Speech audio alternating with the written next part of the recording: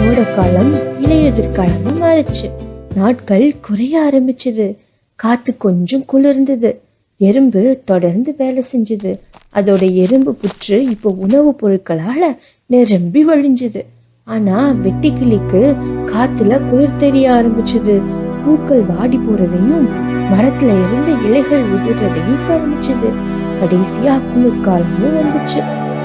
புல்வெளி முழுக்க பனி போட்டு இருந்துச்சு. காத்து பயங்கரமா விளையிட்டது. நாட்கள்லாம் ரொம்ப குளிராவும் இருட்டாவும் இருந்தது.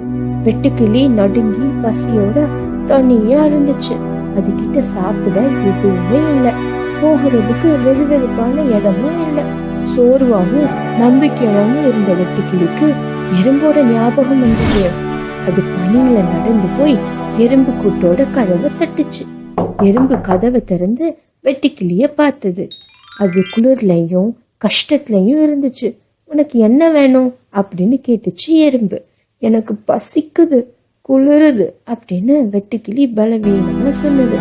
சாப்பிட என்கிட்ட எதுவுமே இல்லை, தயவு செஞ்சு எனக்கு உதவ முடியுமா அப்படின்னு கேட்டுச்சு. எறும்பு வெட்டுக்கிளிய பார்த்தது. அது வேலை செஞ்சப்ப இந்த வெட்டுக்கிளி தன்னை எப்படி பார்த்து சிரிச்சதுன்னு அதுக்கு ஞாபகம் இருந்துச்சு. ஆனா அந்த